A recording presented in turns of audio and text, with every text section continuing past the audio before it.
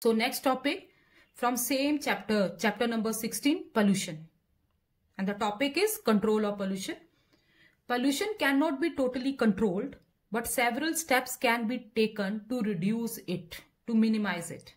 These steps are, the first is use of unleaded petrol and of CNG in automobiles. Compressed natural gas, full form is important. Second, switching off the automobile engines at red light to save fuel and to minimize pollution. Installation of tall chimneys in factories, again to reduce air pollution. Treating industrial effluents, wastewater from industries, before discharging them into water bodies.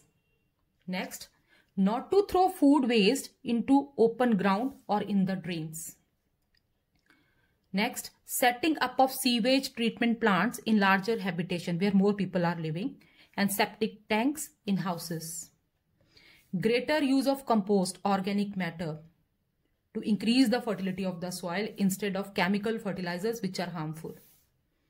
And judicious use of pesticides. Recycling of plastic, metal, glass material, and burning of non-recyclable waste. Planting of trees alongside roadside wasteland, as they absorb maximum of carbon dioxide and minimize the air pollution. They improve quality of air by taking carbon dioxide and releasing oxygen. So next topic is vehicular standards. Euro Bharat vehicular standards. Beta, vehicular standards are requirements that set specific limits to the amount of pollutants that can be released into the environment. They can also regulate emission from industries and power plants. There are certain norms laid by the government that prohibit the release of pollutants into the atmosphere. All the motor vehicles running on the road have to follow these norms so as to check pollution. In India, the Central Pollution Control Board looks after these emissions. Central Pollution Control Board, CPCB, and full form is important. And they see that the pollutants released into the atmosphere are not above the certain limit. They also check and regulate emissions from industries and power plants. These days, all refineries are producing much cleaner fuels. They create less pollution. Also, automobiles have to undergo pollution checks, which further reduces the emission of pollutants that could have harmful effects on the environment. Now, these norms aims to effectively cut down sulfur and nitrogen oxide from automobile exhaust. BS, B stands for Bharat, and S stage, Bharat stage emission norms were first set up to control pollution in the year 2000, important one, and have been upgraded since to BS2, BS3 and now BS4 norms. These norms means that any motor vehicle running on the road had to adhere to the specific emission norms in order to reduce pollution. Now BS number, these Bharat stage numbers are based on European emission norms which are referred to as Euro 4, Euro 5, Euro 6, etc. These norms are followed largely by automobile makers and act as a good reference point as to how much does a vehicle pollute.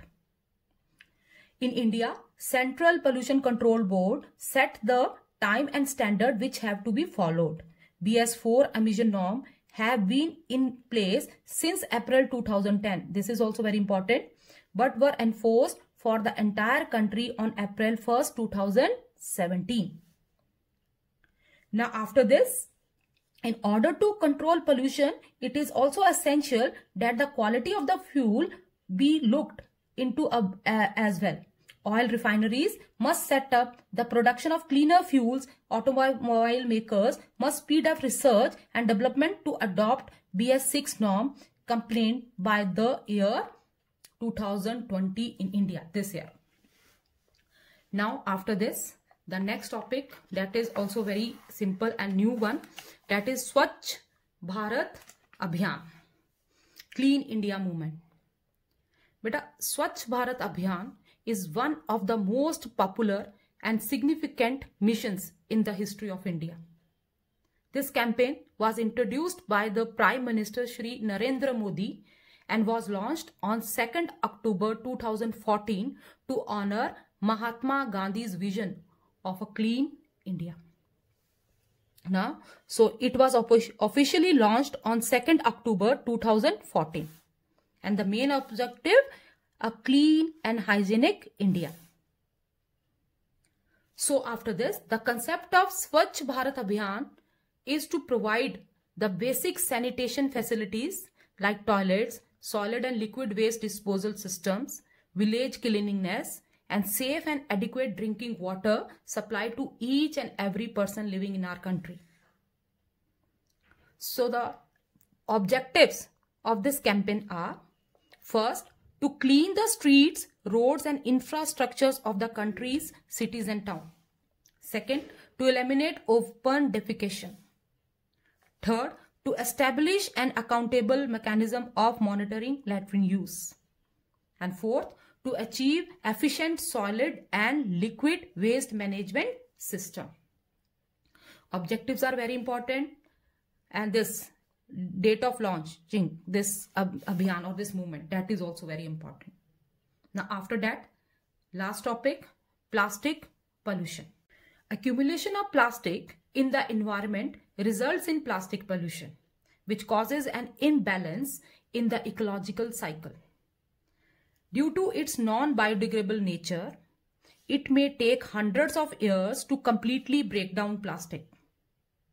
Now, as it takes hundreds of years for its decay, it is very harmful to our environment. Single-use or disposable plastics that can be used only once before they can be discarded, such as polythene bags, straw, disposable cutleries, plates and packaging material like plastic bottles, food wrappers and containers.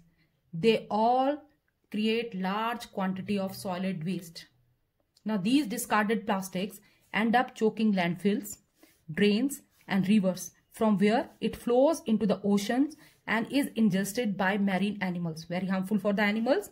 When dumped, poisonous substances from plastic enter into the soil and water, causing soil and water pollution. Now the ways by which we can help lessen the plastic menace. First, observe the 3 R's: reduce, reuse, recycle. We have to follow 3R principle: reduce, reuse, recycle. This is important, beta. Carry your own refillable water bottle. Avoid using disposable cutlery and straw. Carry your own reusable fabric bag and do not ask for carry bags made of plastic. Now these days, these polythene bags are banned also. Try to give plastic containers and other such items to your nearby scrap dealers for recycling. So with this, we have finished the chapter. Now the progress check given on page number 215.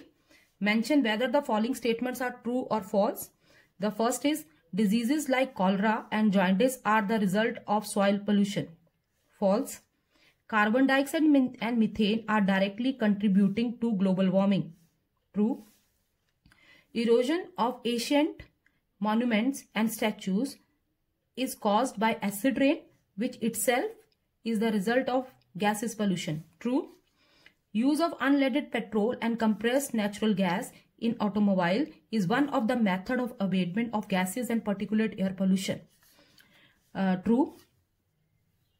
So this is completed. Now in next video we will start with back exercises.